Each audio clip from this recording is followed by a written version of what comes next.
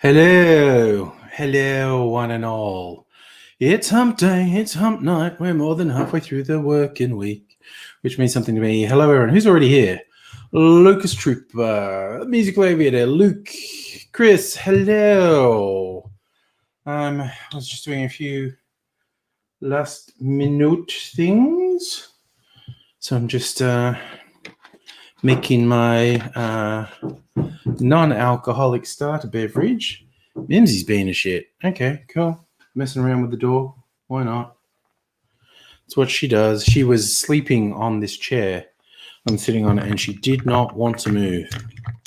Was well miffed when I said, time for you to move, cat. So now she's trying to leave. She's trying to open the sliding door. She's mostly got it. I could let her keep going. You could come here. Do you don't want to come here and say hello? No? No? Maybe? Meow. No, she doesn't want to come over here. Although she seems to have gotten bored with the door as well. The way it goes, distractions and whatnot. Cheers. Oh, that tastes pretty good. Like Shippy met a Ned Flanders guy today. Looked like Ned and had the same personality. Well, that sounds very special. Oakley Dokley. It's the name of a Ned Flanders thrash metal band. They play like hardcore metal, and all the guys dress like Ned Flanders. And the band's called Oakley Dokley. Invisible Chicken, hello. How are you? I'm going to be featuring a few of my lockdown purchases tonight. My drink, I've got I showed this before, my new carbonator. It's just like a lemon lime soda I made to mix with my blood orange juice. The shirt is actually a lockdown purchase. And I am going to make a drink with tequila later. Tequila. That came like 8:30 this morning. I swear to God, when someone delivers you a liter of tequila before 9 a.m., I think you could be forgiven for thinking that was a sign you should be drinking tequila all day. But I didn't. I was good. Jefferson, you like Oakley Dokley? Cool. Oh, gosh. Visible Chicken just started an NDIS application. Good luck. They're such shitheads. Like, should we want more Neddies in the world? We'd all be happier if there were more Neddies. Oh, yeah, Luke, the song.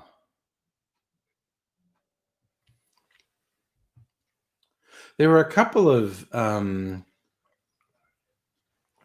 Flanders songs. There's the one for the little thing as if he had his show. You know, cats love Dog Song and geese love ganders. Everyone else loves Ned Flanders. And then there was the one that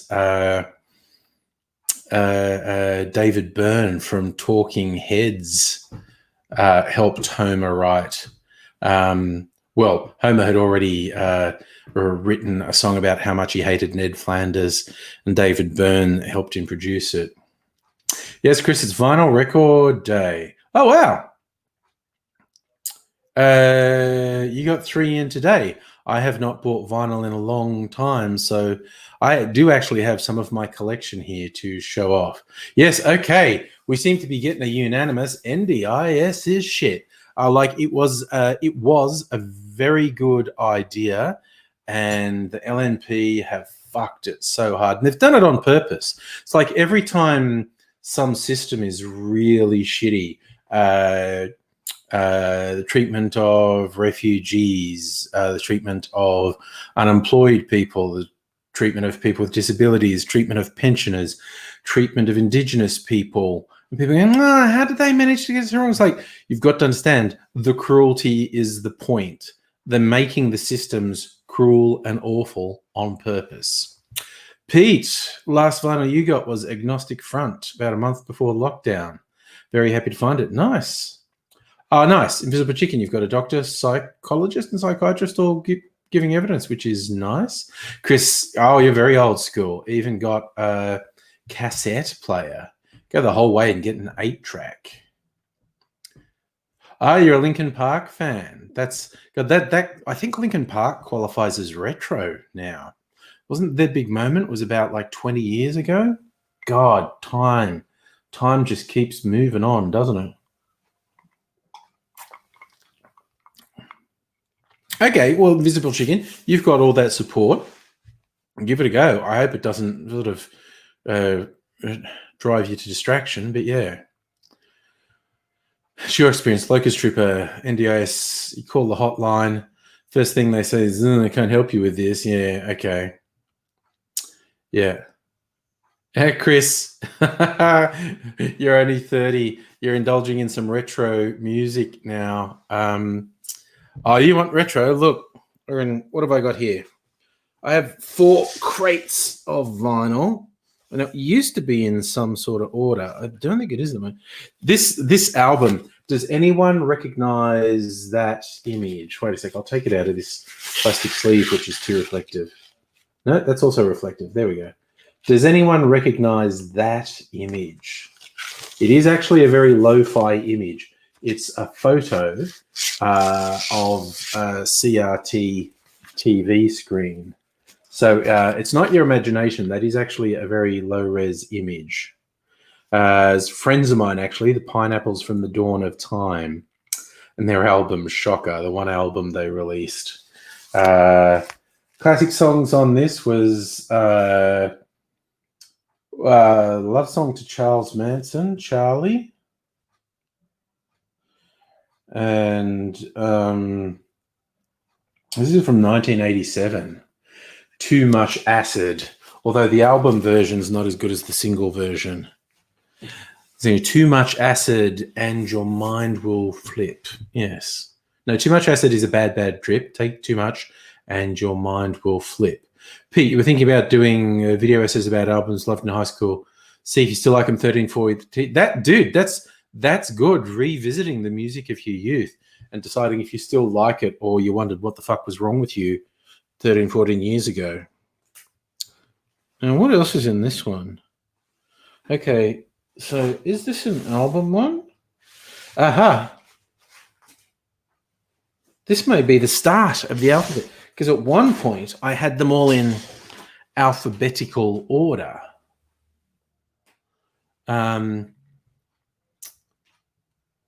Chris, no, I don't have any Beach Boys. There's one Beach Boys track on one compilation CD I own. Triple J's Hottest 100 of all time.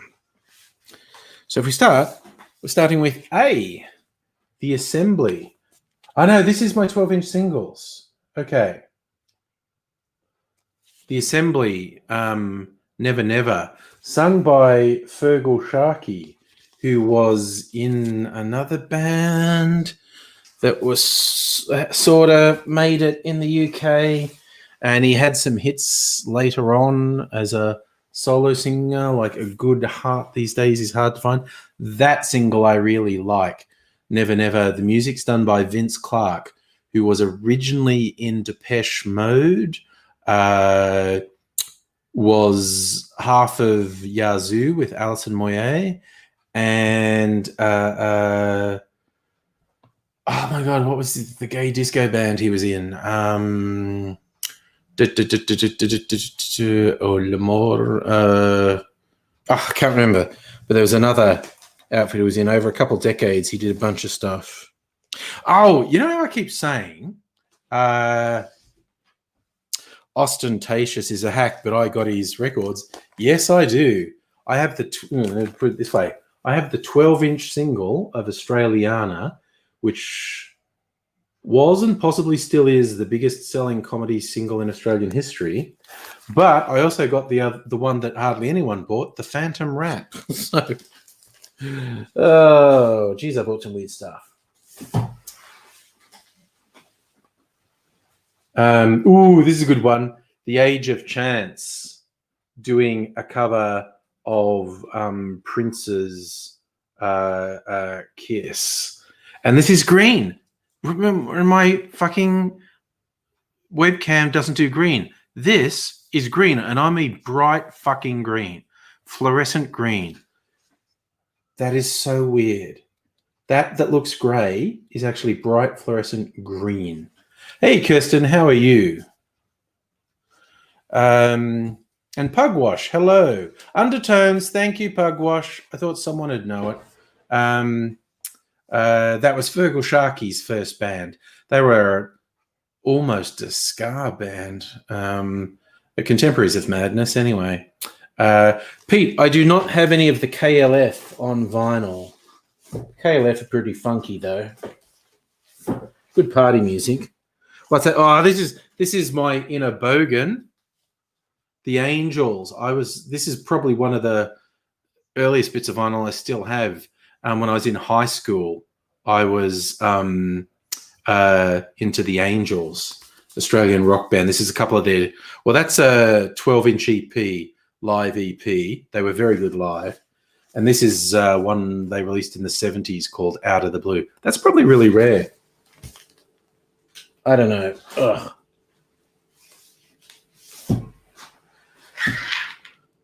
Oh, the Peel sessions. This was really big. John Peel was a BBC guy at Radio 1 and would get all these incredibly diverse artists in to play live in the studio. And I was super into Billy Bragg. So I got the Billy Bragg Peel sessions. 6 tracks. Nice. Ugh. What else is here?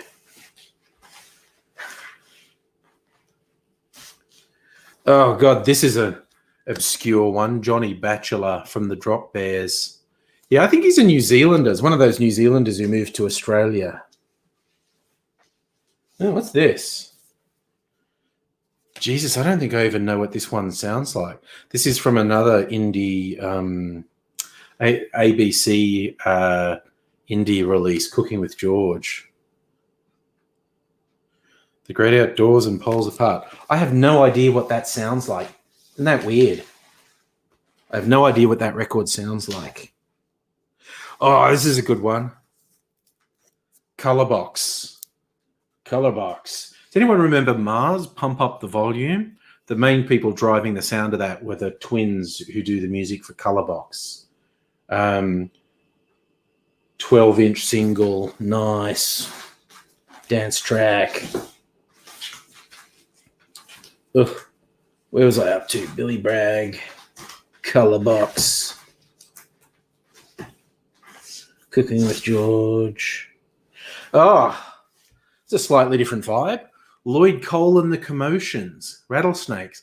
Does anyone remember Lloyd Cole and the Commotions?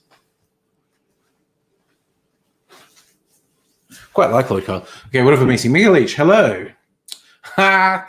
Pugwash, you had the Doctor and the TARDIS 12-inch. That was one of the many KLF projects, yes.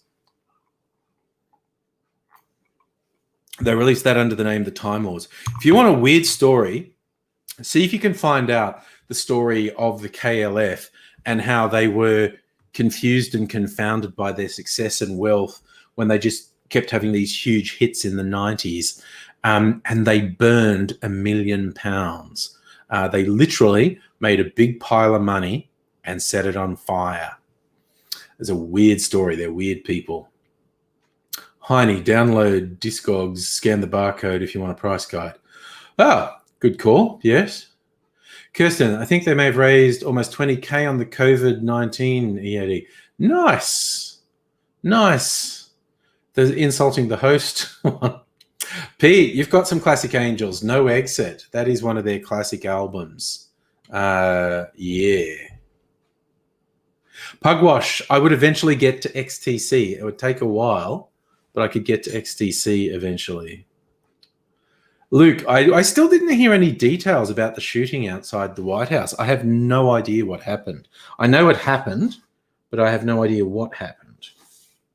So there's Lloyd Cole. What's this one?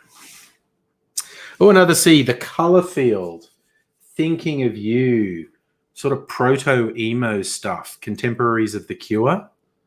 I guess I kind of sort of know I ought to be thinking of you. Which is a great lyric, really. Speaking of The Cure are there. 12-inch that's got 4 tracks: A Forest, Primary, Charlotte Sometimes, and The Hanging Garden. 4 early singles on one 12-inch vinyl. Very convenient. Very convenient. Ooh, what's this one? It's more Colorbox. I was into Colorbox. Please, some more of that color box stuff. Okay, here's a hipster one. Does anyone remember Camper Van Beethoven? That is very hipster music.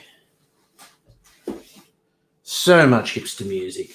More Cure, 12-inch singles of Boys Don't Cry and Why Can't I Be You. I have lots of Cure records, actually.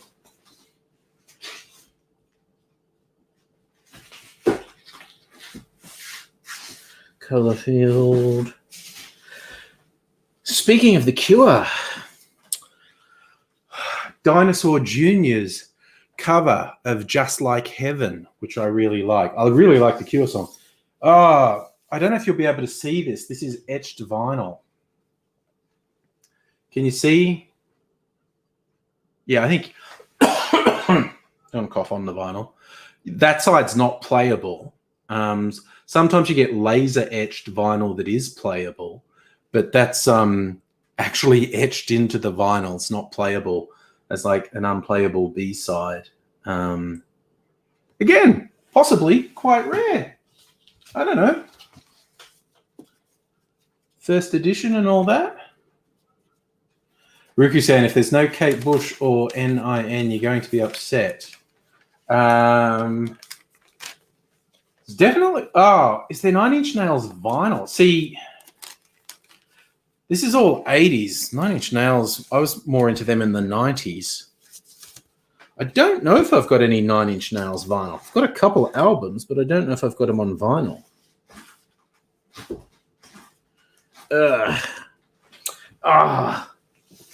Here's who I've got a lot of, though, from the D's. Depeche Mode. 12-inch single, Shake the Disease, and another one, Stripped. They were so into doing so many remixes of songs. Oh, and that's a fairly obscure Scottish pop band, Deacon Blue. 4-track 12-inch.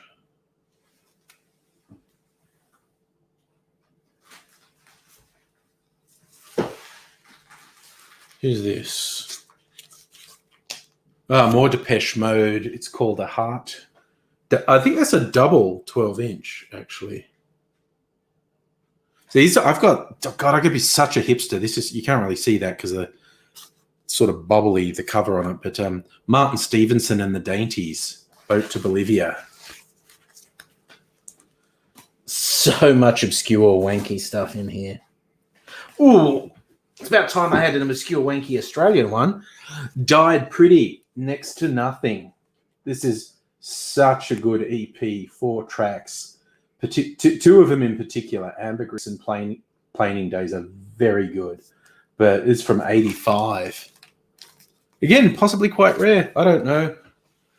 I'm getting dust from them. I'm choking on dust. Oh, Pugwash, your wife has 7-inch picture singles. Our Friends Electric. She's got Gary Newman to sign. Nice. Nice. Well, the Gary Newman's a dick, but loved Margaret Thatcher. Now, this is one I reckon some people are going to remember. The Dream Academy, Life in a Northern Town. There must be some people who remember Life in a Northern Town. And that 12-inch is just super overproduced. Ooh, another Aussie one.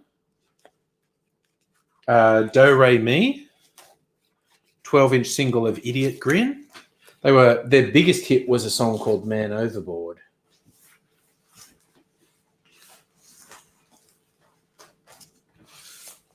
Mark Edwards is kind of like, why did I buy that?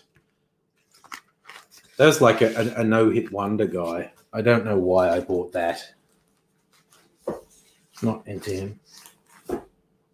Do Re Mi, Mark Edwards. This is some class. Fine Young Cannibals.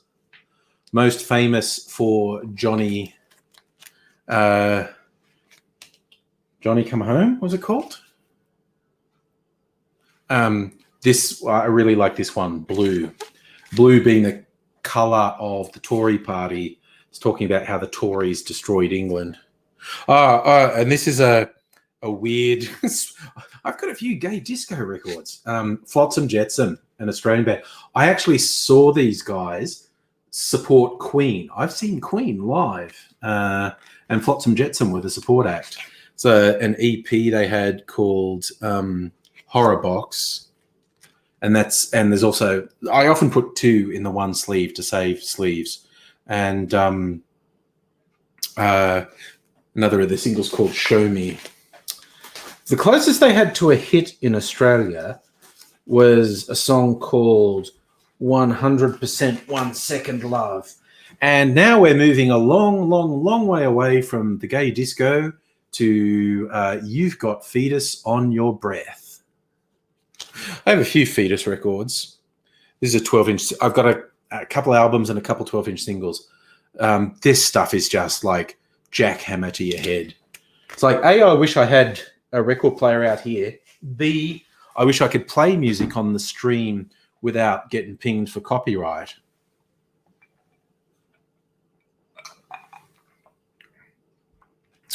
Pugwash. No, I don't think much indie Oz stuff got to the UK. Some stuff like the Go-Betweens, maybe. Zvan, I have not played any of my vinyl for a long time. A while back, I bought a record player that had jacks for digital, so you could convert your vinyl to digital. And that was my grand plan, to convert my vinyl to digital, and I've never done it because I'm very, very lazy. When I win Lotto, I'm going to hire an intern. It'll be a paid position, but they'll have to do shitty stuff for me, like convert all my vinyl to digital. Ruki-san, what did you think was close to me?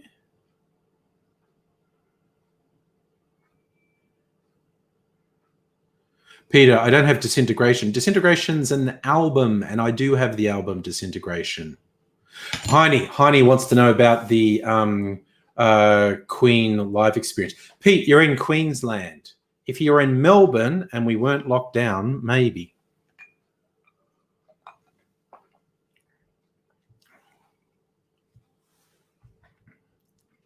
Oh, Ruki-san, you have the Cure close to me. Cool. Peter, you have a bridge named after the Go-Betweens in Brisbane. That makes sense. Jefferson, any modern pop rock? Not on vinyl. It's Vinyl Day. This is my original vinyl collection, mostly from the 80s. The 12-inch singles are all from the 80s. This is the 12-inch singles crate. So, oh, yes. Okay. So we're into the bad taste section. You had Fetus on Your Breath. The Fetus All Nude Review. It's like this one's like a blues track called Bedrock. Oh, and there's this track on the B-side.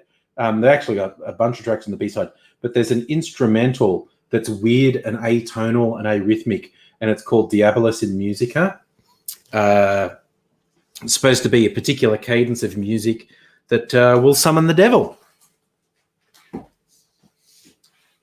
Oops. Lightening things up a bit with more gay disco. I do have the Flotsam Jetsam 100% 1 Second Love.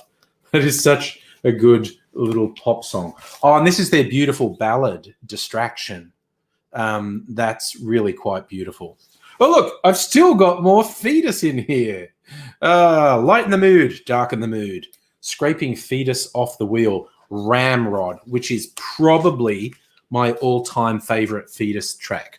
Ramrod, just really such a good name for the song too, because it really just smashes into your head. Right, I've lost my place. Where are the Fs? There are the Fs. So in the F you go. Haha, see what I did there? Chris, shop down the street has an original 1960s pressing of the Beach Boys' Pet Sounds for $35. Jesus, that would take a lot of willpower to say no to. Rugerson, Captain Beefheart. I don't know Captain Beefheart well enough. Yes, Pugwash. I've seen a lot of vinyl you get now includes a link to download an MP3, which is good. Thanks, Pete. I'm not surprised you know that. Diablo in Musica is the flattened fifth interval. It's your music degree paying off. Nice. I'm seriously inhaling a lot of dust from those. I have not disturbed them in a while. As fun, weird and wonderful Australian music you picked up since moving here. Toe Cutter, Peeping Tom, and Gipgism.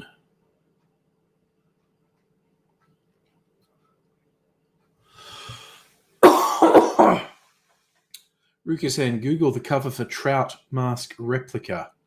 Okay. Chris says it could be Rona. Yeah, no, it's not 80s dust. It's more recent dust since move. No, something's got right down the back of my throat. This is going to suck. Trout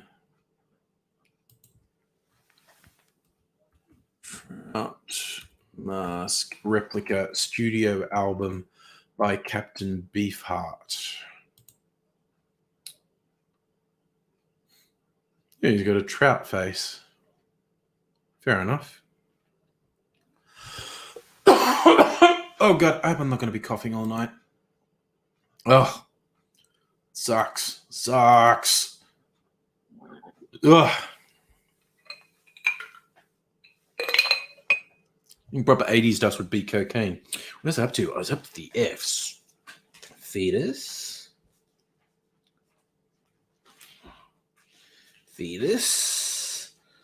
Okay, another Fine Young Cannibals. Suspicious Minds. Their cover of the Elvis Presley song with Jimmy Somerville from the Communards singing backup on it. It is so good. So good. I'm a Jimmy Somerville fan as well. Got records by the Bronski Beat and the Communards. We're into the H's. Oz Music, Hunters and Collectors, Living Daylight. 3-track 12-inch, Inside a Fireball, Living Daylight, and a ballad called January Rain. They're all good. Inside a Fireball is probably my favorite off that. Aussie pub rock. And more Hunters and Collectors, Say Goodbye. Again, does any older Aussies remember Say Goodbye by the Hunters and Collectors? Say good. You don't make me feel like I'm a woman anymore. Actually interviewed the drummer from Hunters and Collectors for college radio, and I joked about because Mark Seymour, lead singer of Hunters and Collectors, was a very blokey bloke, and I said, do you reckon anyone in Australian music apart from Mark Seymour could get away with singing the lyric, you don't make me feel like I'm a woman anymore? And he laughed and said, no, that was a deliberate joke, because it's a big sing-along song, and it's just so funny to us to just see these drunken blokes in a pub leaning on each other, singing to each other, you don't make me feel like I'm a woman anymore. Oh, Svan, you'd be using your EpiPen by now if it was just fair.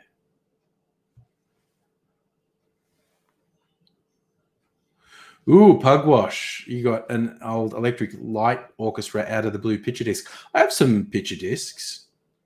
Rukazan, you remember as Hunters and Collectors? That counts. Kirsten, yes, you were very young in the 80s. This is all pre your time. Hey, Mofo Sign, how's it going? Saw news superannuation funds for various long-term construction projects are in Australia next year. Oh, well, that's good. We're going to need artificially propping up the economy. Yeah, no, this is all dinosaur music, Locust Trooper. Jim, where's this vinyl then? Here's one of my more obscure ones. It's Immaterial. I quite like them. I think they only ever put out one album.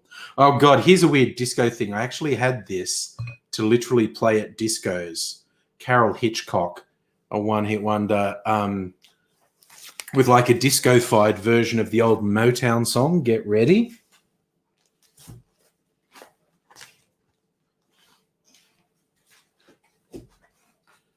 Ugh. All right, so you go in there.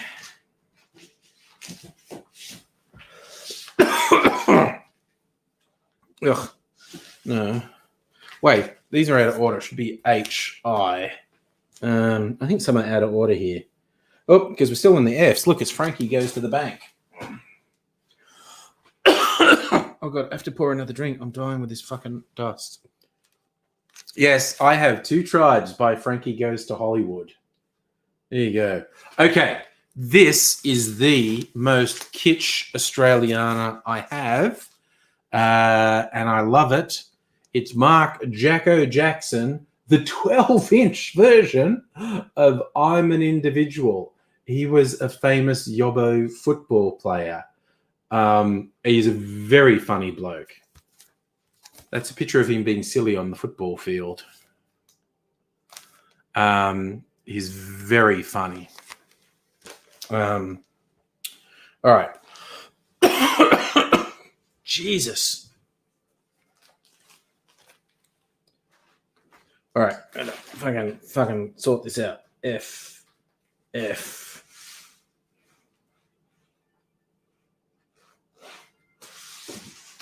What's this? H. Jesus. How did Frankie, you belong in there. You're out of order.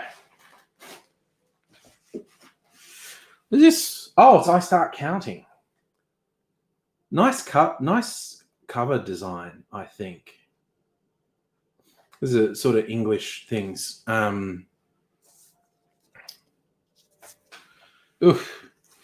Oh, yes, Pugwash. He was in a short-lived 90s TV series, The Highwayman. He most certainly was. Okay, so F, H. You go in there, I. And then J for Jacko. And also J for Joy Division, another Peel Sessions 12-inch. Classic Joy Division. Does include Love Will Tear Us Apart. Actually, 4 tracks including Love Will Tear Us Apart. Joy Division live in the studio. And besides live in the studio, I also do have the 12-inch vinyl of Love Will Tear Us Apart, because what self-respecting 80s proto-goth wouldn't have it? Ugh, what's this one?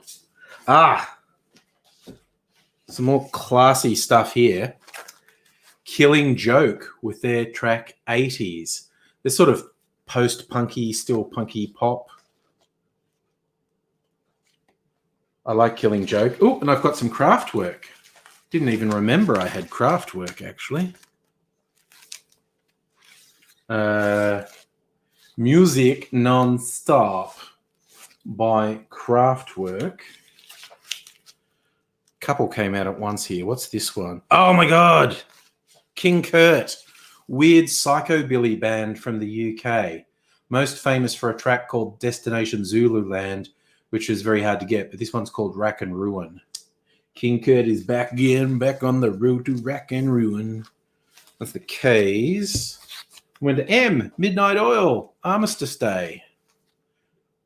I just got it to get it because I don't even particularly like that song. It's probably my least favorite Midnight Oil song. Midnight Oil single, anyway. Which is a bit weird. Okay, I have to pour another drink. This dust is killing me. I want another block of ice. Oh, Jim, when did the last Killing Joke album come out? Oh. Okay, Rikusen, you're trying to guess what for... Okay. The 4 tracks on the Peel Sessions are Love Will Tear Us Apart, 24 Hours, Colony, and Sound of Music. So you only got one. There you go. But performers on the Peel sessions often did do atypical songs. 2 years ago, Jim, Killing Joke, put out an album. What's his name? The fucking singer from Killing Joke went super weird. Oh, Jefferson, I got heaps of new water. Oh, I need to get some ice. And this fucking dust is killing me. Good luck at ice. Christ, it's got right down, the dust has got right down the back of my throat.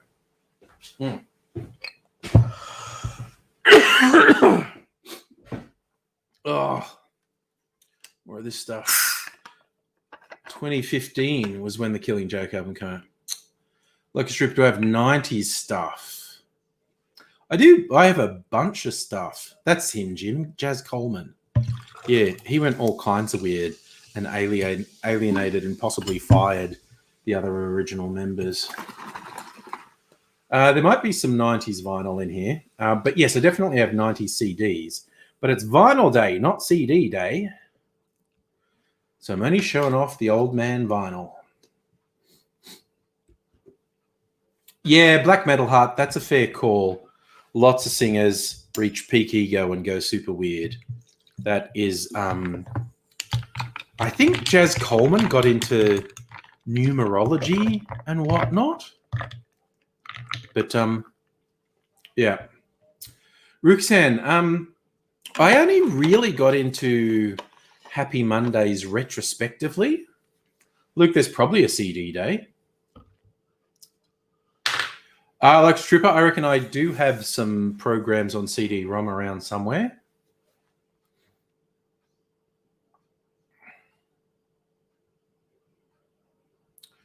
Oof. Oh, Chris, I don't think I have any Sinatra on the vinyl. Pugwash, I do not fucking have Dire Straits. Proud to say it. Actually, I've got a couple of embarrassing things, so... What else we got in the 12-inch singles? Slightly obscure. This is another New Zealand band that sort of came to Australia to make it. My Sex. Luday, lead singer, died far too young. Mental as Anything. Live It Up. That's like their biggest pop song. Mental as Anything was such fun, guys. Ugh. Okay, get back in there.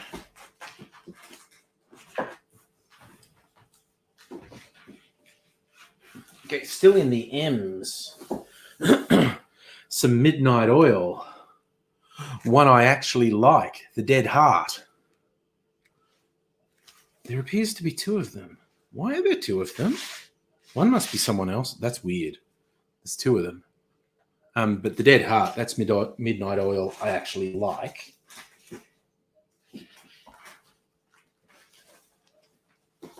Ooh, and this is a special one. A Midnight Oil EP called Species Deceases. It's got, the Peter Garrett hand on a plastic cover for the record. And all about ecology, Species Deceases. Okay, there are two of this as well. What the fuck? This is just weirding me out. I don't remember why I have two of them. One must be someone else's that I was, looking after for them or something. I didn't buy two of them. I'm not an idiot. But the fact that it just happened twice for Midnight Oil and I didn't remember that I had two of them. God, now this is really hard to put back in. I should never have taken it out of that sleeve. Ugh. God, I haven't even been drinking and I'm finding it really hard to do. Bloody hell. Yes, possibly, Heine. They've been cloning. They've been breeding in the darkness. Mating season for vinyl. Luke, Beds Are Burning was on... What was the album that was on? Came out about the same time as Dead Heart, though.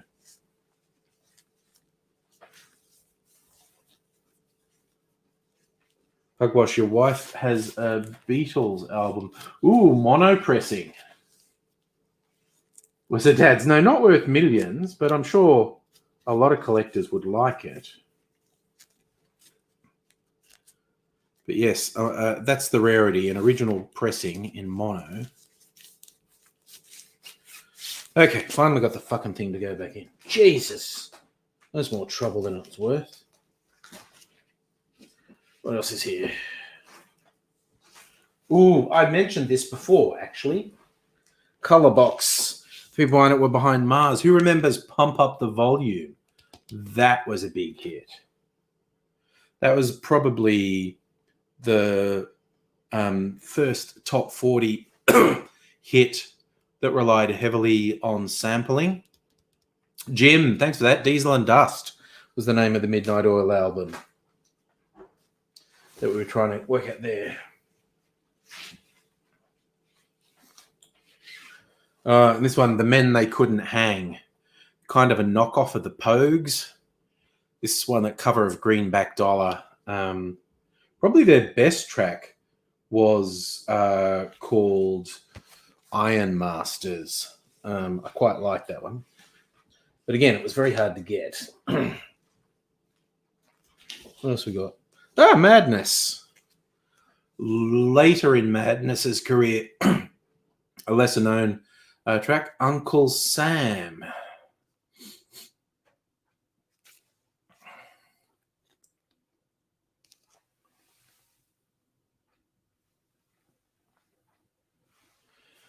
Everyone like Pump Up the Volume. It's classy.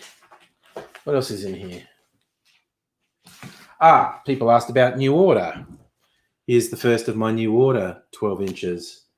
Perfect Kiss. One of their best pop songs, Perfect Kiss. So many different versions of it. And more New Order. Which one's this?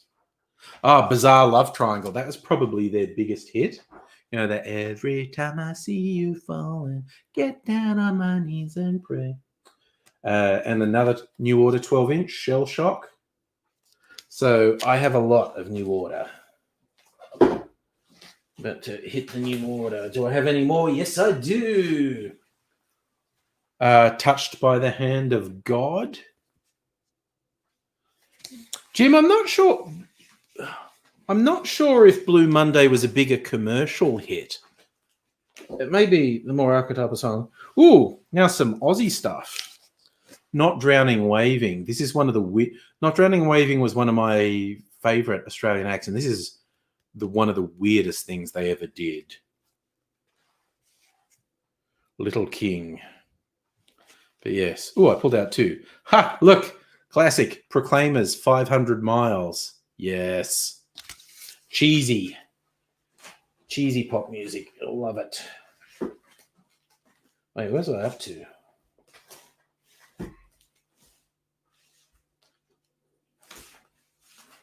Ooh. New Order. Not ready. Wait, there we go. Ugh. Another drink.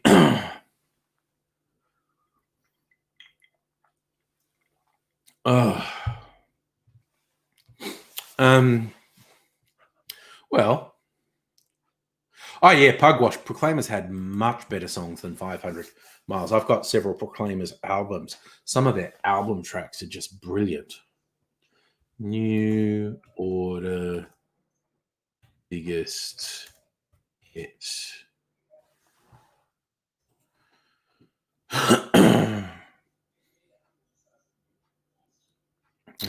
Best of New Order, no.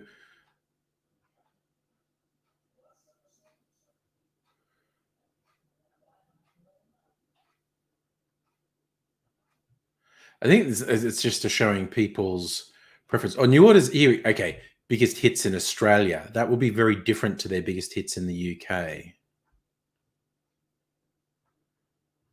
60 Miles an Hour, I Don't Regret, Shell Shock, World in Motion, Fine Time, Touched by the Hand of God.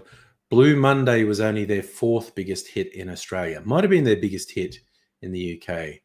True Faith, Bizarre Love Triangle.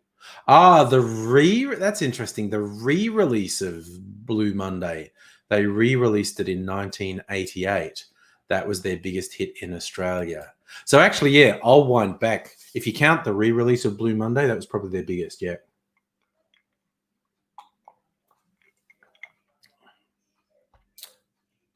Safa, no, these are my old vinyls I bought back in the 80s. Safa, yes, there were vinyl pressing plants in Australia. Oh, look, Sinead O'Connor. Nothing compares to you. That classic Prince cover. Oh, look, and the first one that doesn't have a special cover. Oh, that's New Order. It's out of order. This is Subculture. Okay. Got some rearranging to do. That one's gotten out of order. Ugh, where are we?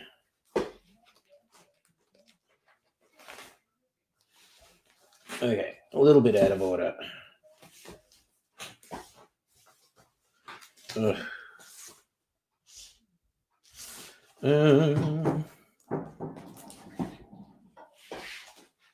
Okay. So O'Connor should have been before the Proclaimers, OP, and put New Order with the other New Orders. Right. Put all my New Orders together.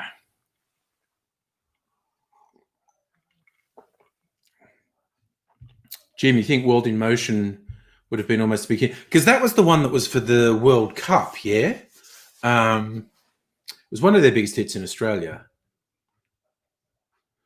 Pugwash, you got a New Order compilation called Low Life was the name of an album rather than a compilation, but they released things multiple times. Oh, a 17-minute version of Elysia. That was an instrumental thing. Black Metal Heart. Tism. They're going to show up in here, actually. I have a Tism 12-inch. All right, back to where was I? Up to the P's. O for O'Connor. Another one that doesn't have a cover. Ooh, Prefab Sprout, Johnny. I quite like that. They released that about 10 times trying to have a hit with it, and it never quite worked. Got a couple Prefab Sprout ones, including Appetite. That's another good one. I pulled out. Pogetry in Motion, a Pogues 4-track, 12-inch. 3 out of 4 are classics. London Girl, The Body of an American. That's who's watched The Wire. A Body of an American is the song the Boston cops play at a cop's funeral or retirement. And A Rainy Night in Soho, which is a really good ballad.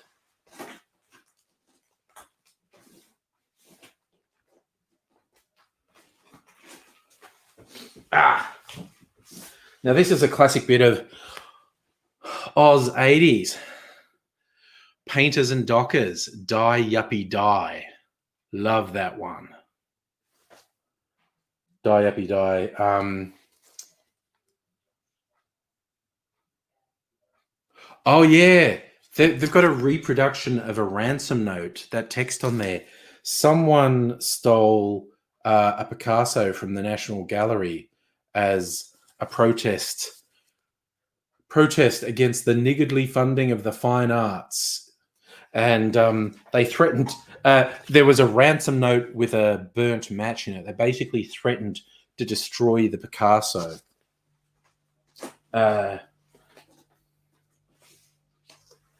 Oh, God. I've got another cheesy Proclaimers one. I'm on my way. It's so funny. The stuff they released as singles was among their least good songs. But, yeah. Or maybe I'm being a wanker saying that. I don't know. Ooh. This is some classy stuff. Psychedelic Furs. This is the 12-inch of Heaven, one of their really good singles. Big fan of the Psychedelic Furs.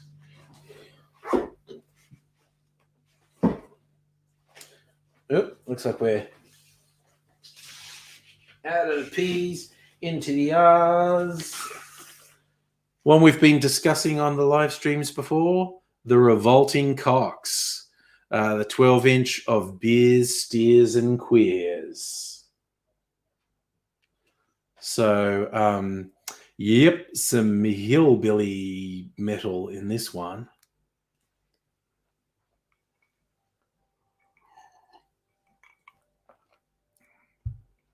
Oh. Okay. Revolting Cocks. That's a classic. Oh. This is the Reels. Yeah, it's actually a band from my hometown, the Reels, and they're around for ages. And they did a cover of Bad Moon Rising, which was actually a bit of a hit for them. This is a quite good version too, actually. Ugh, what else is in here?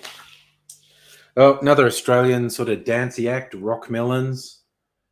They used to change who the singer was on every record. Ruki-san, Revolting Cocks is a spin-off side project of Al Jorgensen from Ministry. Ruki-san, Throbbing Gristle predate Revolting Cocks by quite a while. Pugwash, I definitely have some weird stuff. Politics, man. Redskins. Keep on keeping on. Radical left-wing skinheads. And the B-side is a really good version of the old work song 16 Tons. Some people say man is made out of mud. Poor man's made out of muscle and blood. Muscle and blood and skin and bone. The Stranglers, Let Me Down Easy. Again, there's a lot of UK stuff in my record collection.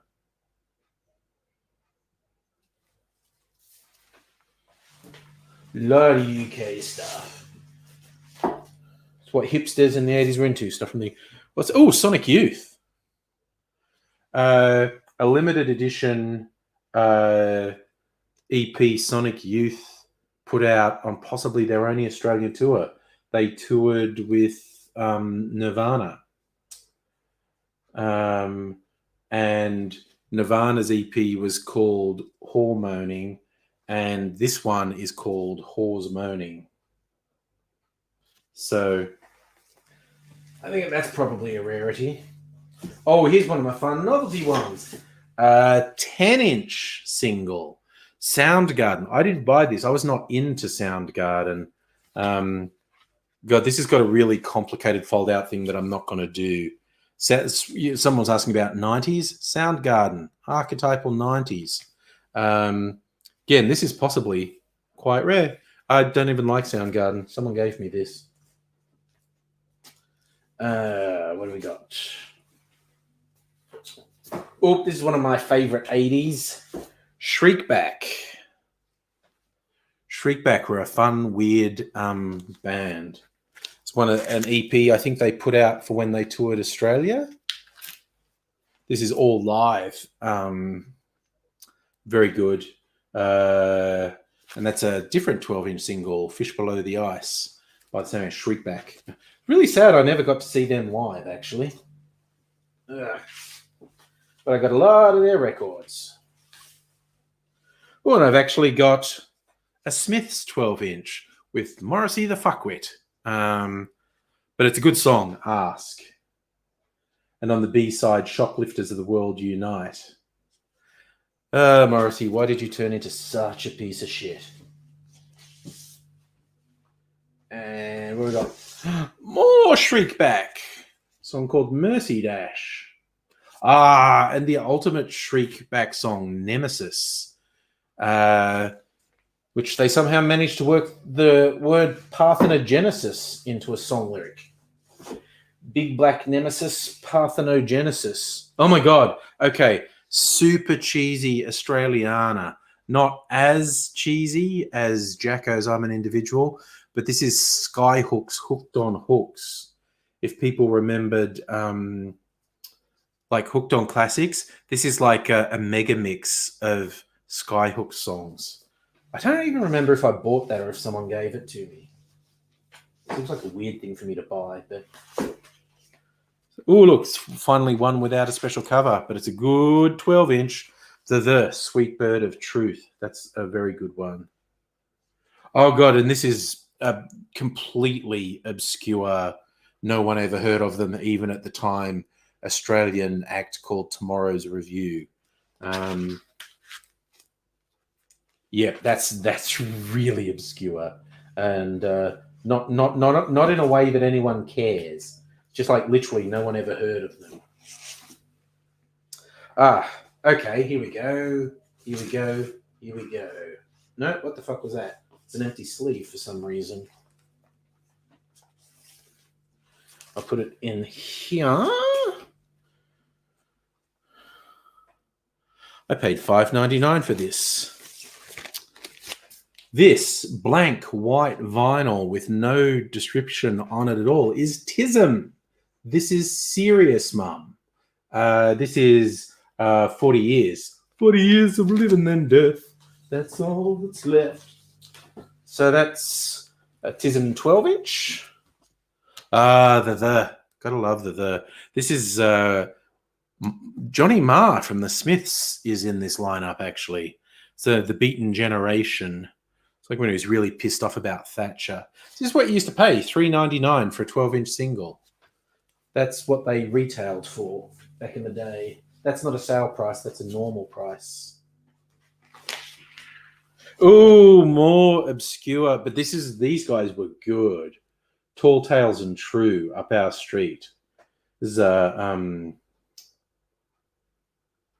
EP with about 4 tracks on it. Live. They were good. I met them, saw them live a couple times. They were good. Never got anywhere, but they were good. Oh, now we're back into the UK stuff. Pete Wiley, who previously to releasing stuff under his own name, was in a band called The Mighty Wah, but he released a bunch of stuff under his own name. This one's pretty good, 41144. I think I've got a few Pete Wileys in here. What's next? The You think Mind Bomb is The's best album? It's a good album. I'm probably more into Infected, but The Waterboys, speaking of overproduced, The Whole of the Moon. Oh my God, that's so overproduced. I thought I had more Pete Wiley. Pete Wiley, Sinful. And Pete Wiley, Diamond Girl. If you want a really funny clip, look up Come Back by the Mighty Wah on YouTube. It's a really good song, probably their best. What's this one? If I Love You, another Pete Wiley. Had slightly more Pete Wiley than I thought. Ugh, what's this last one? Oh no, this is the Out of Place album, Pineapples from the Dawn of Time. So that's my 12-inch single collection.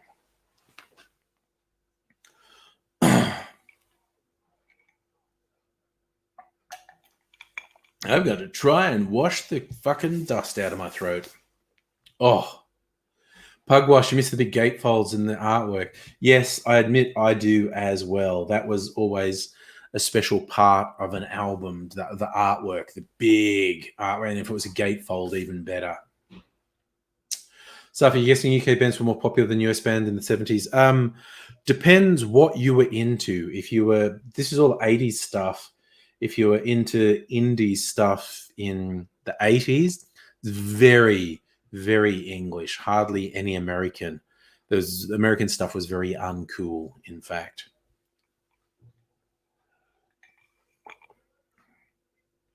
Oh.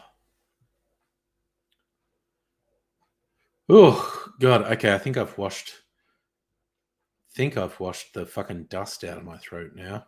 See, I'm dressed up to do a fucking cocktail video too, because I got some tequila today delivered before 8:30 a.m., which I took as a sign from God I should make a tequila drink, which I'm going to do. Yes, of the ones I've got, Sonic Youth, Dinosaur Jr., Tori, best live band I've seen and worst. Oh my God, I'm really old and don't go to live music anymore. But if I was going to dredge up my memories, live experiences. Look, dude, well, I grew up being a country bogan and saw the Angels multiple times. They were fucking great. They were such a good live band. Yeah, Jim Fugazi. They were hardcore. Fugazi, like a hardcore sort of punky band. Yes, Pugwash. I should have made a tequila sunrise as soon as the tequila arrived. Would have been fitting. But best live, be dredging up stuff in my memory. Like I really enjoyed. Yeah. Do you want me to for you? Or? Yes, please. Getting ice. Ugh. A big thing of ice. I'll put some big cubes in for you, then they won't melt. Ice, baby. Big ice cubes. That's probably enough. Couple of big ice cubes. You're welcome. Yes. Weirdly, I put a record here. Why did I put that there? Oh, H and I. I've got to put these ones back. Okay. H, I, J, Joy Division.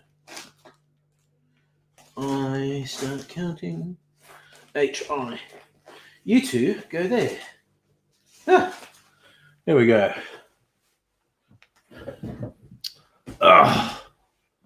Did bands go to Dubbo often? No, they did not. I saw the Angels in Dubbo. I saw Cold Chisel in Dubbo. Those are big moments. Oh God, Ricky-san, a band I wish I could see live. Do you mean now or in the past? Pugwash, we should see an ELO live. Ah, yes. Yes, Arthur, to see good bands. When I was at college, we would have good bands playing at college, but largely going to think, oh, yeah, Jim, that's another American band from the 80s with a bit of cred, Black Flag, good old Henry Rollins' punk band.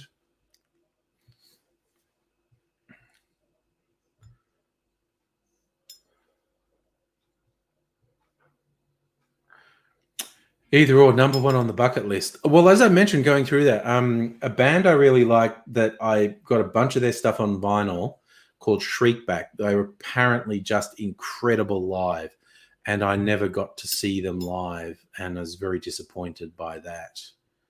Is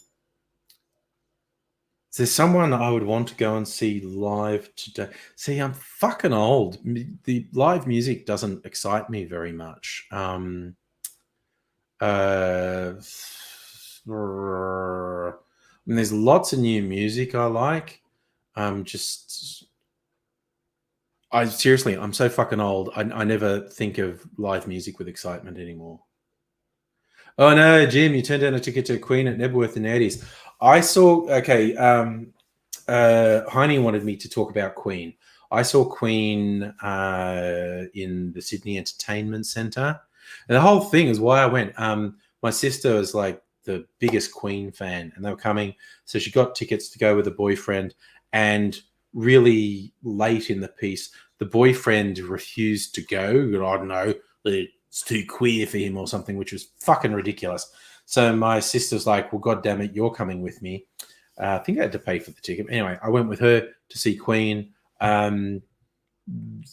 Just astonishing performers. They're absolutely amazing performers.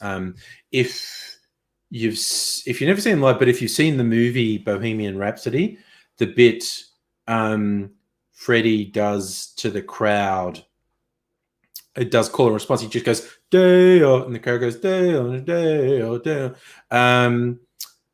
So when I saw them, it was a couple of years before the Live Aid concert. He did that basically, did a call and response to the audience, and he's such an amazing performer with such control of the crowd. He doesn't say, I'm doing a call and response, I'll do a thing, then you do the thing. He just, with no preamble, he just starts and like points at the audience, and because the audience is so in the palm of his hand, they instantly get into the call and response.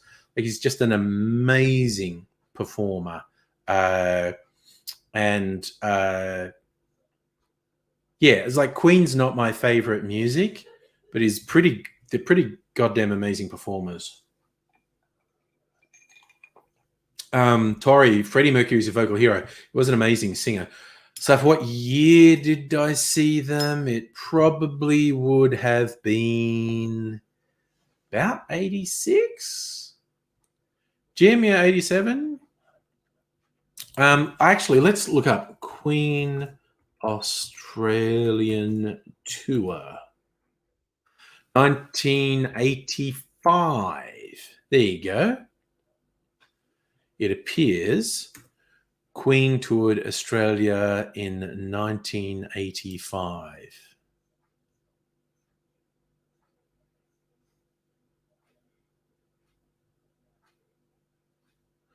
God, now they tour with Adam Lambert, which is mildly embarrassing. But anyway, yes, it was 1985 that they toured. Big show. And like I said, the gay disco band that I've got a couple of their 12-inch singles, Flotsam Jetsam, played. And they, of course, they little bit in the center of the stage. They're not meant to do anything outlandish. Queen just has this over-the-top light show and everything that the support band wasn't allowed to use. The support band's not allowed to detract from the main band. But the singer did this really clever thing because he knew he was going to have a spotlight on him. And he had a disco ball, a mirror ball.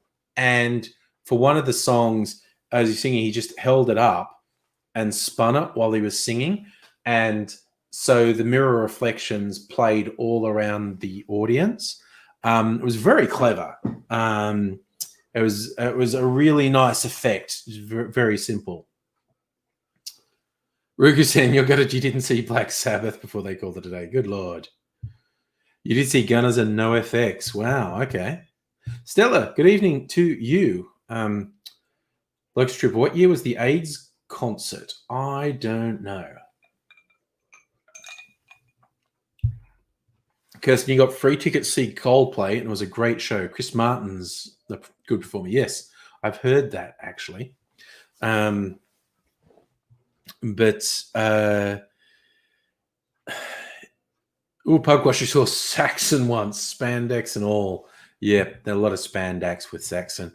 But did I ever really see any metal bands? Not really. Angels and Cold Chisel was the closest I got. And Midnight Oil. I saw Midnight Oil a couple of times. In terms of solo performer, I was a huge fan of Billy Bragg. Saw him a couple of times.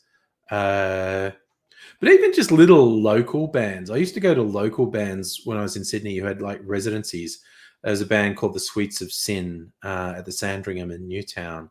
One of the pubs on Parramatta Road, this really funny band called the Tall Shirts had a residency. Very, very good.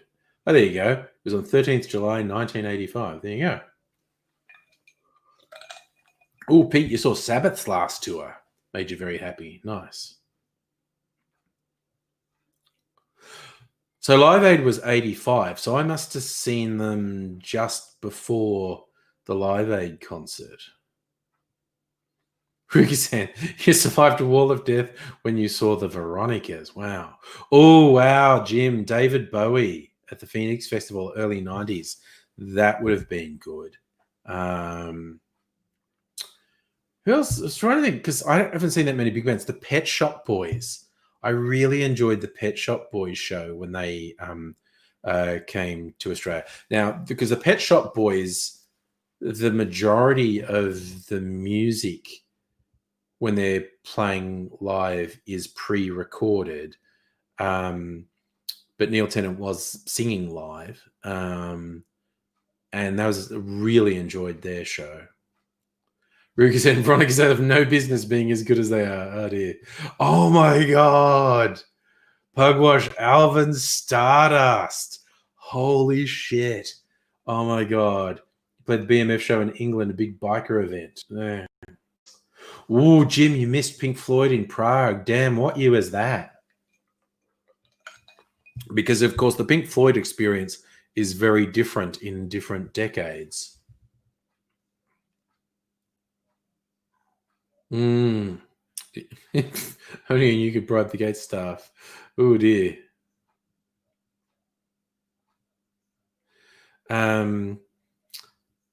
Yeah, what else did I see that I liked?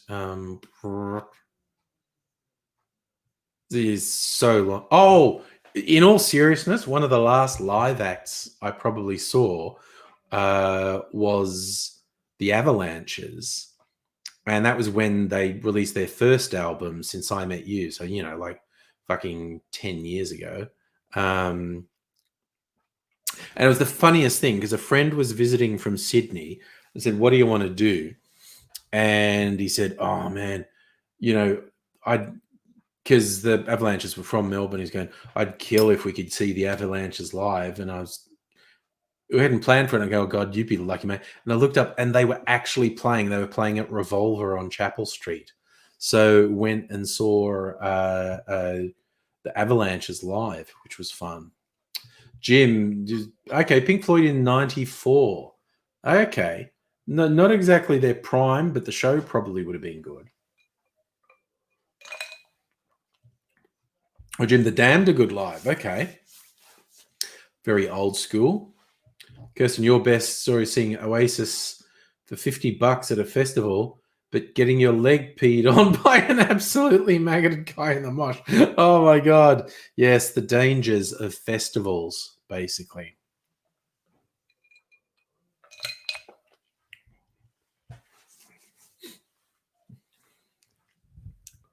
Jim, you're an old goth, definitely, if you're into The Damned. Yeah. Pete, your last concert was the Sleaford Mods in March. That was just before people stopped doing live gigs, really. Jefferson, I do like the Pink Floyd The Wall movie, actually, with Bob Geldof. I do quite enjoy that. Tori, what's my favorite song to sing? I am a real sing in the shower guy. Mrs. Angry finds it really humorous that I sing in the shower. But when you're in the shower, you get the good acoustics. Your voice sounds good. Do I have a favorite song to sing, though? I don't know. I have to think about it. Jim, your best gig was Oasis. Oh, no. Oh, I'm paying that, Jim. I am absolutely paying that. Your best gig was Oasis, but you got caught short and had to piss on some girl in the mosh. Oh, I'm absolutely paying that. Pugwash saw Pretenders at Newmarket Racecourse at about 2000. Oh, wow. You called your wife to let her hear them? Was she not happy that you called her, or was she not happy that she was missing out? Oh, Jim, you missed Sleaford Mods because of COVID. Okay. Okay. Topic change. Nice, Pete. Watching movies under the influence. Mandy is an amazing movie. Nick Cage movie. The whole thing's shot through an Instagram filter. It's about a fucking drug-using murder cult. You are absolutely meant to be on acid when you watch Mandy. I was completely straight. I was watching it going, you are supposed to be on acid when you watch this.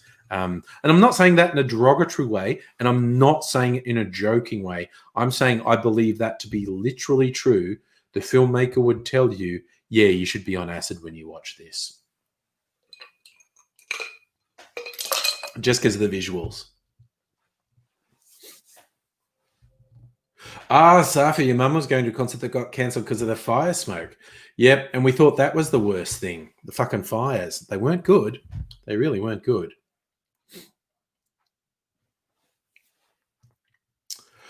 Jim, what great movie to watch stoned is Hardcore Henry. That's the one shot, first person. Yep, I have seen Hardcore Henry. Yeah, I thought that was it. That would be very silly. Yes, definitely. Oh, Pete, yeah, I'm not saying it would be a good experience on acid, but I'm saying I think you meant to do it. Ooh, Rukusen, we're gonna watch Fear and Loathing in Las Vegas on acid. You're related to Johnny Depp.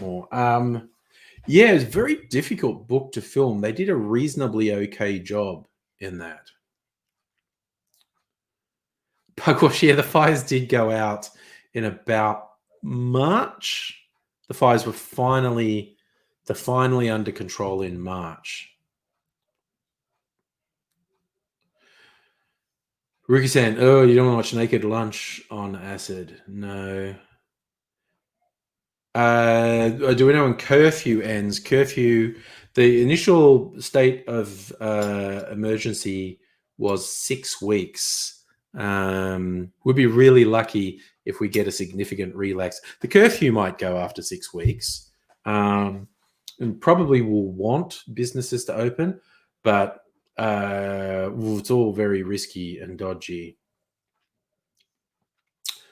Jim, great performance by Sholto Copley from District 9. In which movie are we talking about? Thank you, Kirsten. September 13 is when the lockdown's meant to end. So a month from now. Because we're 2 weeks into this shit.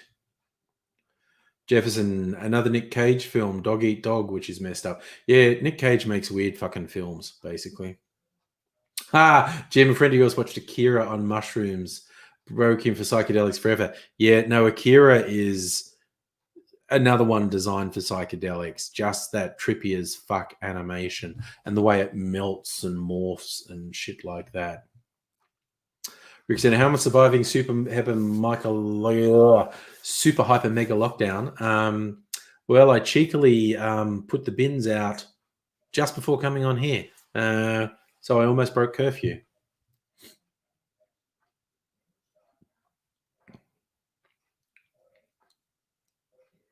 I saw a guy walking his dog. I thought, you like to live dangerously. Even if he lived next door to me, he'd be cutting up very close. Okay. Sholto Copley was in Hardcore Henry. Yes, this is the guy who clones himself all the time. Yes. Alexa Trippy, you reckon it's going to last till November? I don't know. The scheduled date was September 13. I think we'll still have restrictions till November, Locust Trooper. Probably not that harsh. Obviously, I think the first thing that would get lifted if there's a relaxation of restrictions is the curfew would get lifted. And the second thing is try and get as many businesses as possible opening again. Oh, and the 5 kilometer limit. Get rid of the 5 kilometer limit of where you're allowed to be. Jim, Western Australia's got one active case. Oh, yes, Arthur, New Zealand's got a bit of a scare. They've got some community transmission and they have literally no idea where it's come from. So they're all a bit freaked out by that.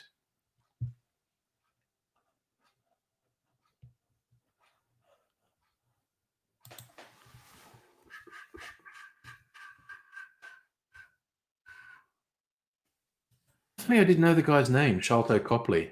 Yeah, he's been in a few good movies.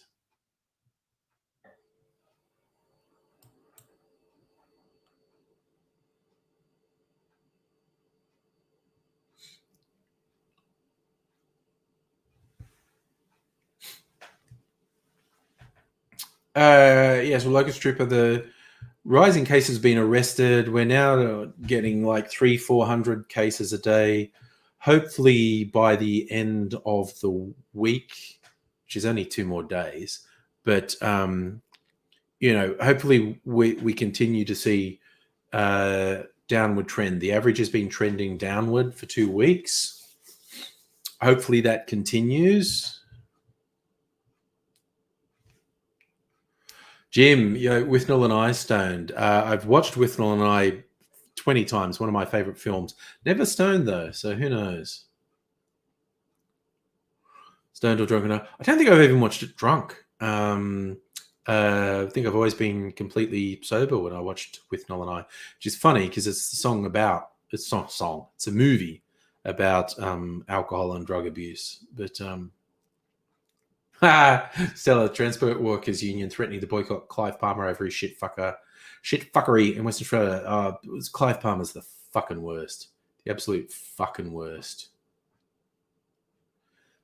So you reckon Clive threatened to sue Friendly Geordies for his unfriendly video?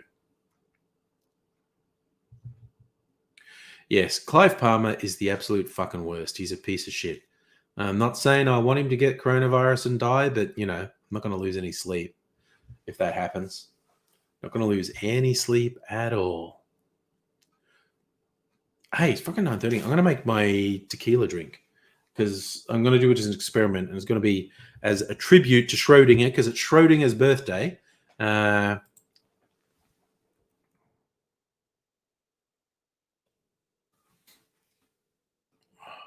Erwin Schrödinger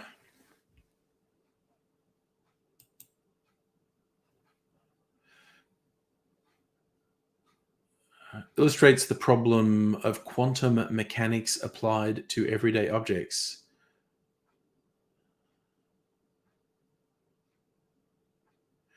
And apparently, this is what I've heard from one source. Schrodinger dedicated a large amount of his life to quantum mechanics, and then he decided it was shit and he hated it. And the Schrodinger's cat paradox was why he said if this is all true, then the cat in the box is both dead and alive until you observe it. And he said, and that's why I've decided I hate quantum mechanics. Jim, do I think musical taste correlates to political viewpoints? I think there's some correlation, but it's not universal because some very conservative people end up liking very radical music, and some more radical people end up liking, conservative country music. But I think there are certain tracks where it's more likely that someone of this political persuasion is listening to this type of stuff, and someone of this political persuasion is more likely to be listening to this type of stuff. And Rickstone, that's a good point. Punk and hip hop are good examples. You would assume they are less appealing to really right-wing people, but you do get some very conservative people who do like punk or do like hip hop. You do get some very radical people, like I said, who like country and western. But there's a trend. I think there's a trend in musical tastes and styles and political tastes. Not universal, but there's a trend. All right, I'm going to quickly pull together a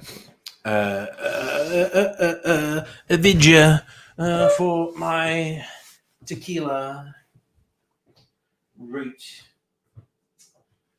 Let's do this.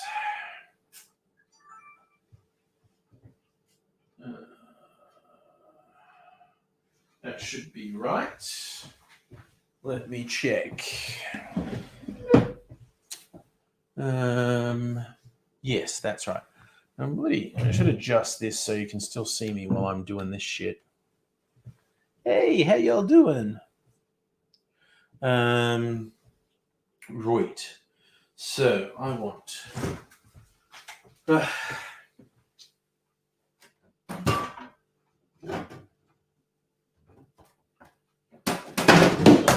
Okay, behave yourself. Ugh, fuck. So I've forgotten which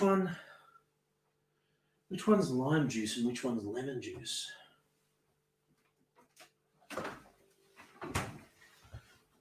I should label things. Mrs. Angry always tells me to label things.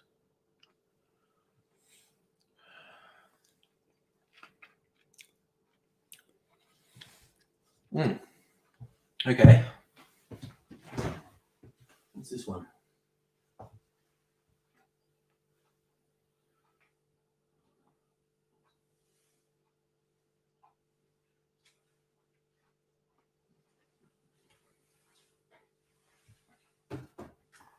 It's lemon juice. This is lime juice. There's grapefruit juice. Wheat.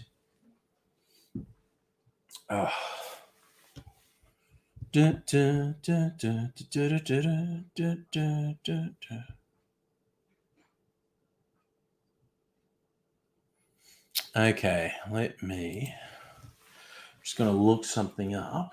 Tequila. Grab the throat.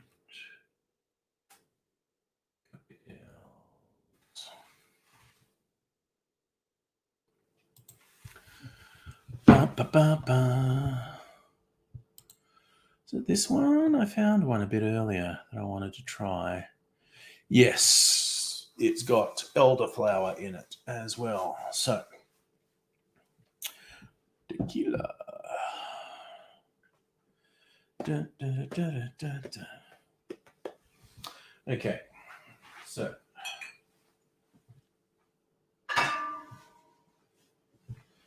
got tequila, got grapefruit juice, got lime juice. I need a shaker, a money maker, and fill it with ice. I should put a glass in the freezer as well to chill. Chilling like a villain.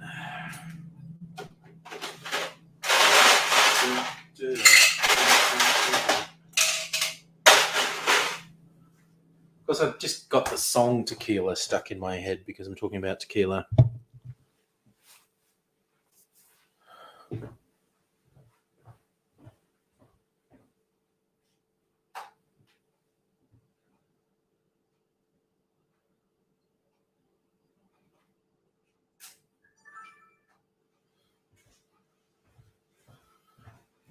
Do, do, do, do, do, do, do. Yes, I reckon I'm ready to go.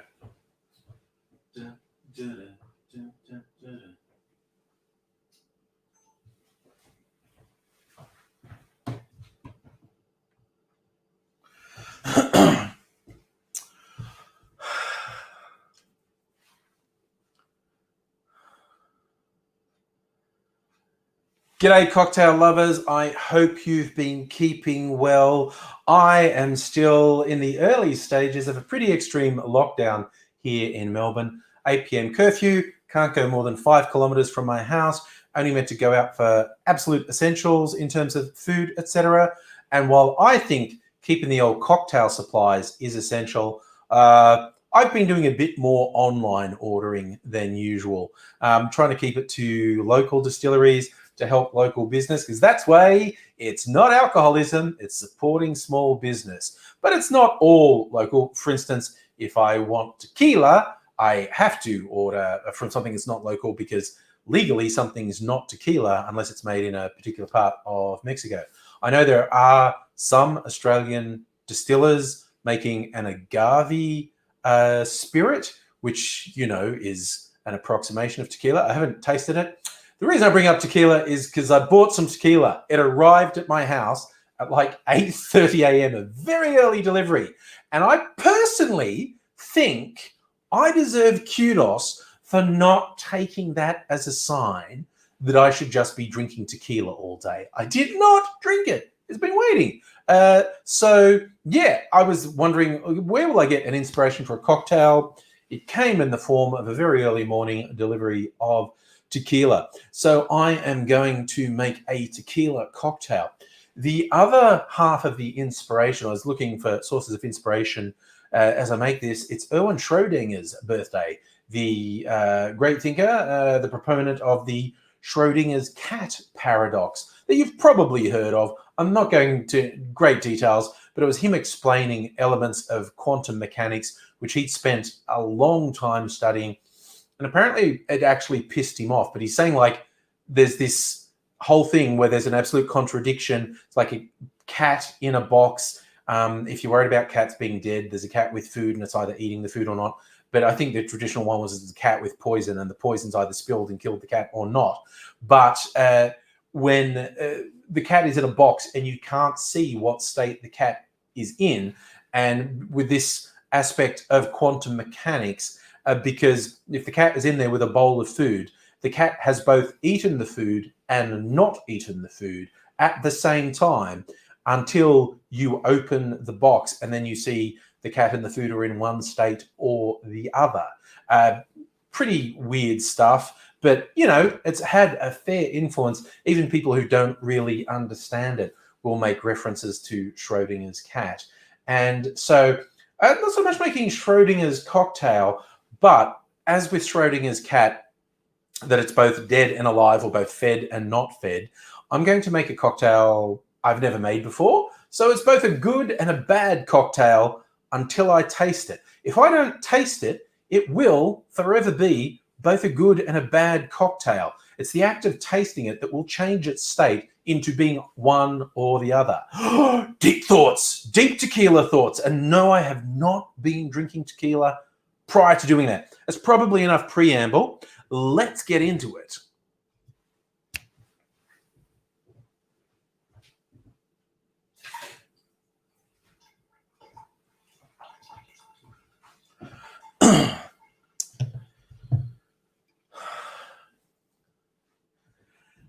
This is a variation on a Paloma, one of the better known tequila cocktails. A Paloma is usually tequila, lime juice, and grapefruit soda. I'm going to make a slightly different version with some fresh grapefruit juice that I happen to have been juicing. So this is a Paloma variant, my Schrödinger cocktail. Starting off, of course, with the tequila. I only get that sound once from these bottles. And I'm going to go 2 ounces of tequila in this drink.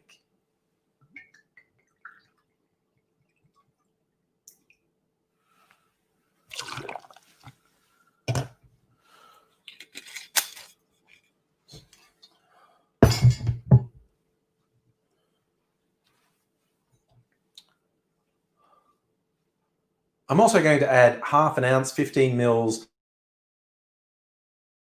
of lime. That's pretty standard for a Paloma as well.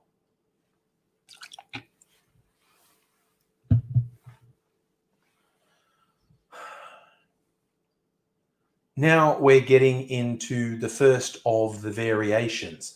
I'm going to put 1 ounce of freshly squeezed grapefruit juice in here.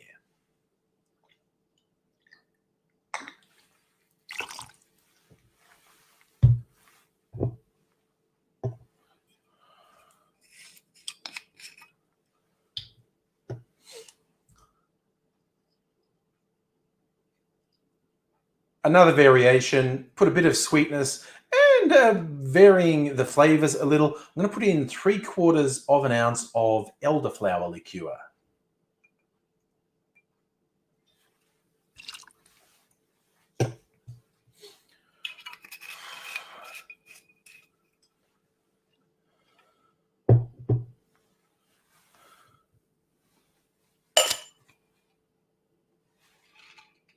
Now I'm going to give all of that a nice shake until it's good and cold.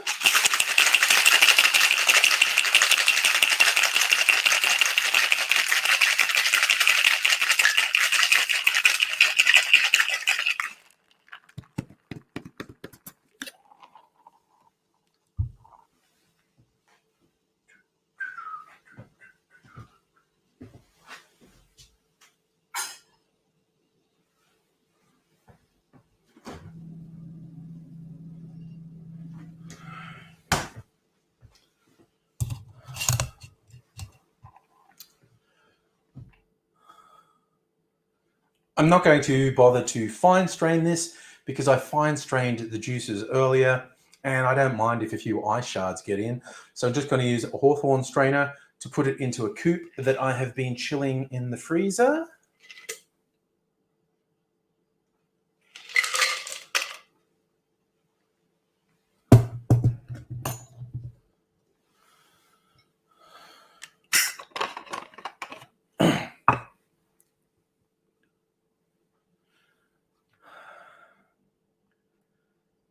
And I'm going to top it up with just a little bit of soda that I made myself. This is another isolation purchase online of mine. I got a soda maker, and this is a lemon lime soda I made earlier. So about an ounce of that in there. And here's my Paloma variant. As I said, it's the Schrodinger's cocktail right now. At the moment, it's both a good drink and a bad drink. Only by tasting it will I change it to be one or the other.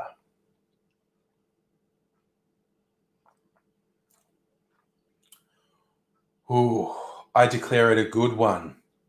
It's just a little bit of smoke from the tequila coming through. Obviously, the fresh juices give it a really bright edge. And interestingly, I'm not really tasting the elderflower.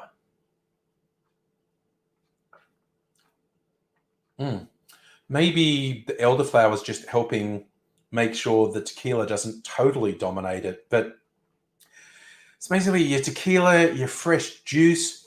I might be in the middle of winter, but yeah, this really feels like summer, this drink. The Paloma is a very popular summer drink. As I said, strictly speaking, not a Paloma. It's a variant, but it's no longer Schrodinger's cocktail because I've changed its state by tasting it. And it tastes pretty damn good. So I'm going to knock off the rest of this. Thank you for joining me for this video. Hope you enjoyed it. If you're not already subscribed, it would be great if you did subscribe. Hit the little notification bell.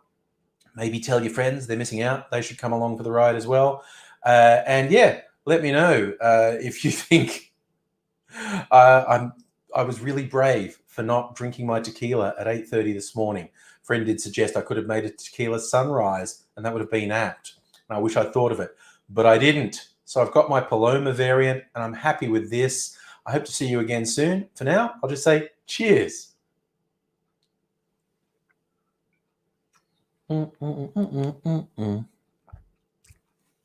Ha. All right. All right. Oh, switch things off. Hang on.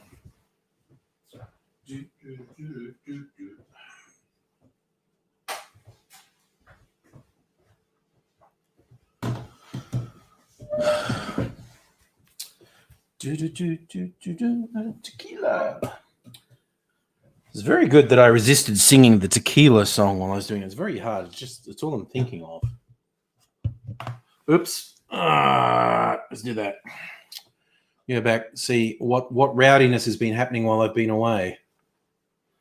Tori, heartburn in a cup. Mrs. Angry has a problem with drinks that are too acidic as well. But so many cocktails have citrus in them.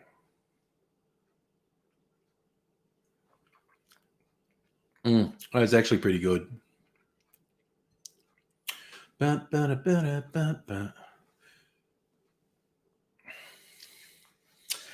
Jim, am I having a stroke? Maybe, but as everyone else filled you in, I was recording a video for my YouTube channel. Ruka says, anyone else waiting for me to fuck up? You're a bad man. You're a bad man. This looks like a lava lamp. I agree. This is very much like a lava lamp. That maker's trying to differentiate themselves from SodaStream. The thing looks very different.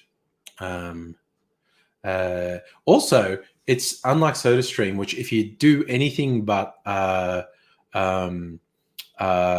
water in a SodaStream, when you take the thing off, it'll spray everywhere.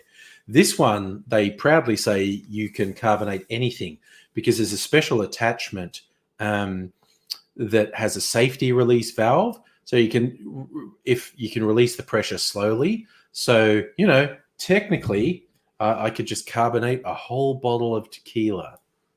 I could. I'm not going to, but I could. Tari, thank you. I'm glad you like the look.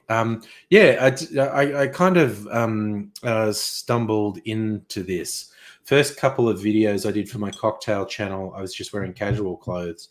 And I don't know, then one day I decided to dress up, and then I decided, yeah, this is my thing. All the little touches. This is the little enamel pin Kirsten sent me with my Starward Fortis whiskey, which is very nice. Oh, now it's gone away. There it is. CPug, Wash, you put milk in a soda stream once. Bad move. Whereas I could do milk in this. I don't really want carbonated milk, but I could. I did for fun do some stuff where I put a bunch of fruit in it. That's this kind of thing they recommend put fruit in. I think the pressure maybe pushes a bit of the fruit flavor into the water. Yeah.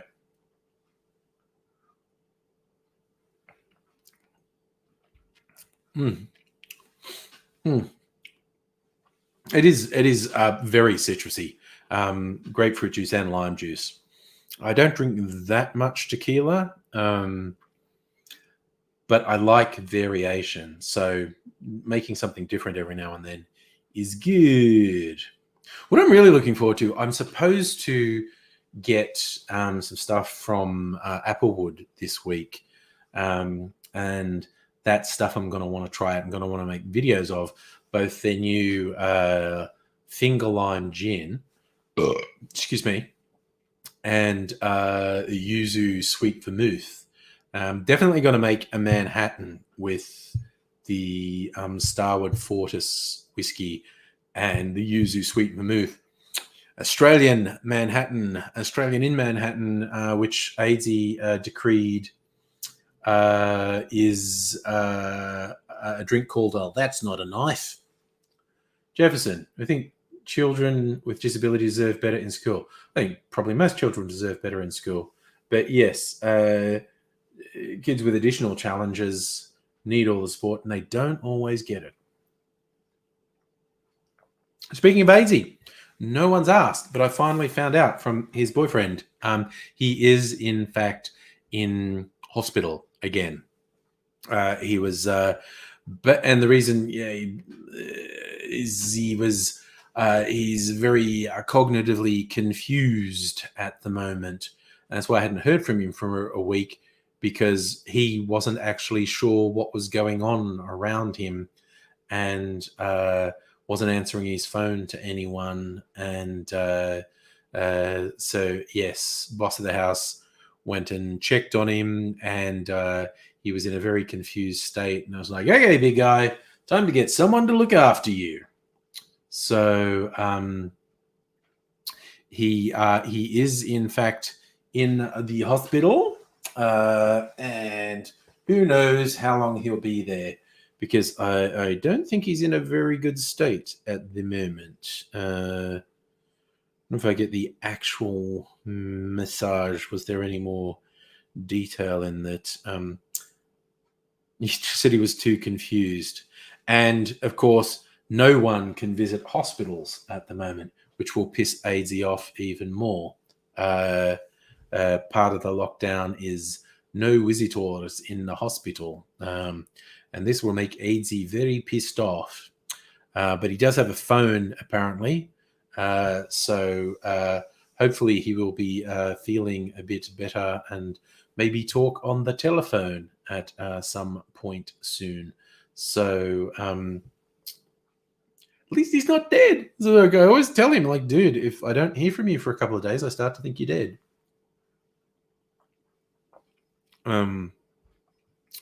But yes, he is under care at the moment, which is good. It's not great that he needs to be under care, but it's positive that he is actually getting care. Yes, and there's probably going to be all sorts of conversations between him and medical staff that he won't like. And there'll be also sort of suggestions on what happens from now. And he won't like what the medical staff say. So wait and see what actually happens. Look at you watch one of my Angry Cocktail videos. Oh, you like the editing? Thank you. Yeah, I meant to do that. I tried that thing with editing with picking up the booze. I forgot to do it again. I've got to take a bit more time. Um, Animals, he does need to get off the nangs. That is a very true thing. Yes, Pugwash, very good. Continuing the Schrodinger's thing. If I don't call these both alive and dead at the same time, except he never replied. So he remained in the Schrodinger state of being both alive and dead because I didn't get any replies to my messages. It was only the act of getting news that changed his state from both alive and dead to just alive.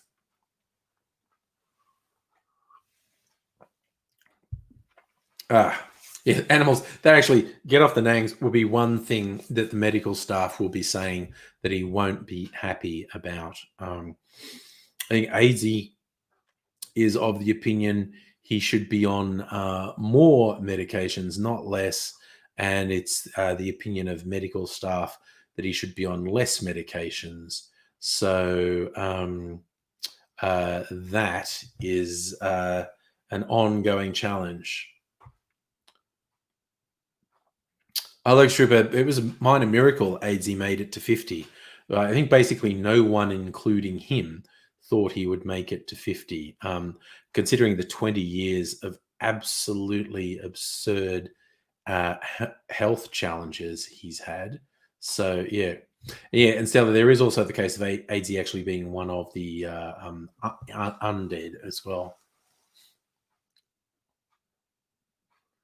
I like that musical AA Veda. Sky News has a Schrodinger's protest. If there's a protest happening and it's unclear if it's Black Lives Matter or anti-maskers, Sky News will both like and hate the protesters at the same time.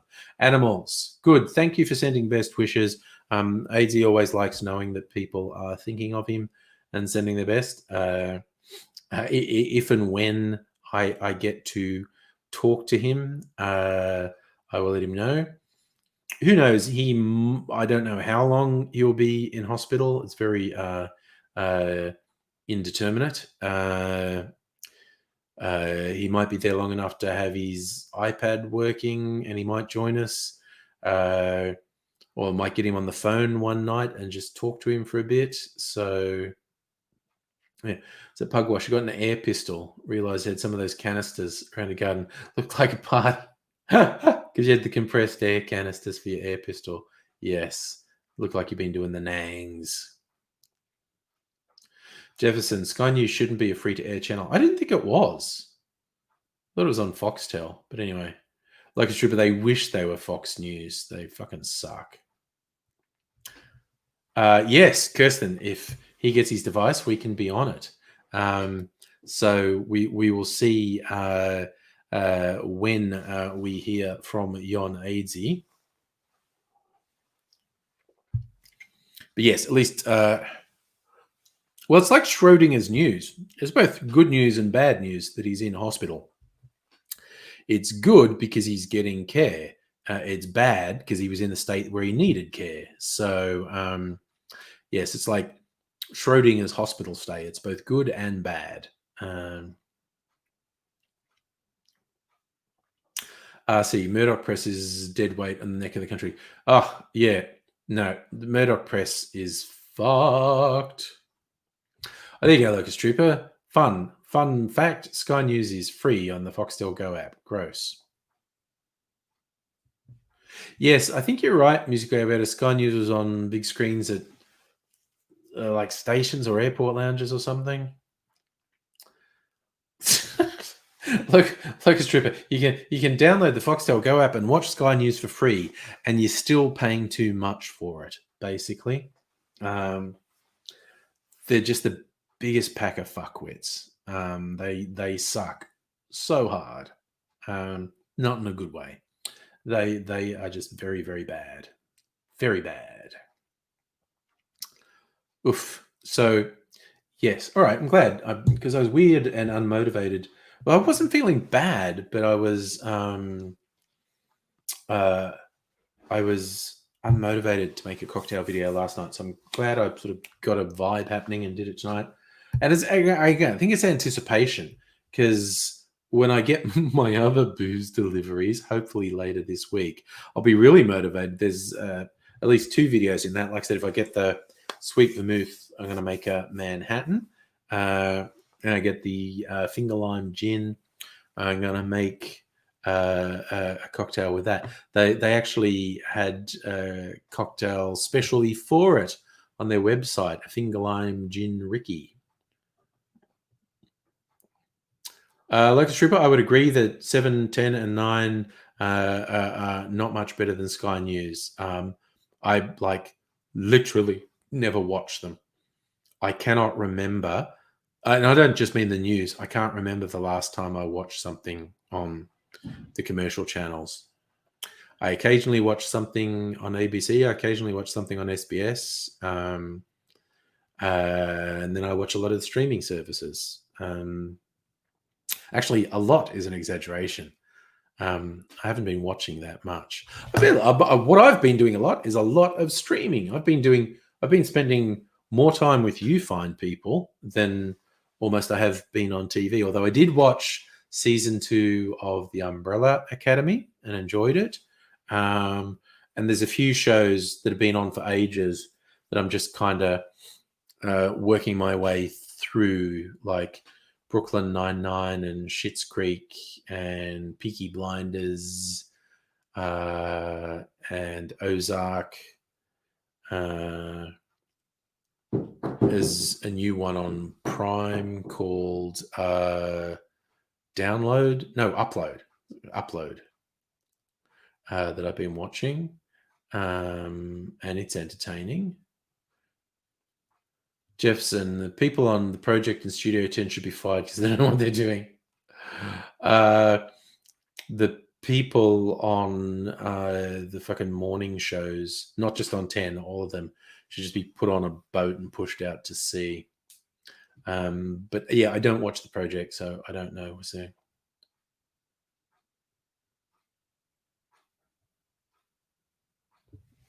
Like choosing Friendly Geordie's more education than news, and that's saying something. Yeah, he does a reasonable amount of research. Like I said, a lot of our views are very similar. I find it mildly amusing how much a cheerleader he is for the Labor Party. But yeah, it's his thing. It's fine. You know, there are clearly far worse things in the world to be a cheerleader for. But I do find it mildly amusing that he's such a cheerleader for the Labor Party. Because I think they suck balls. I think Albanese shit. If they're not going to commit to actual change and actual justice, they can fuck off. Sally just started watching Schitt's Creek today.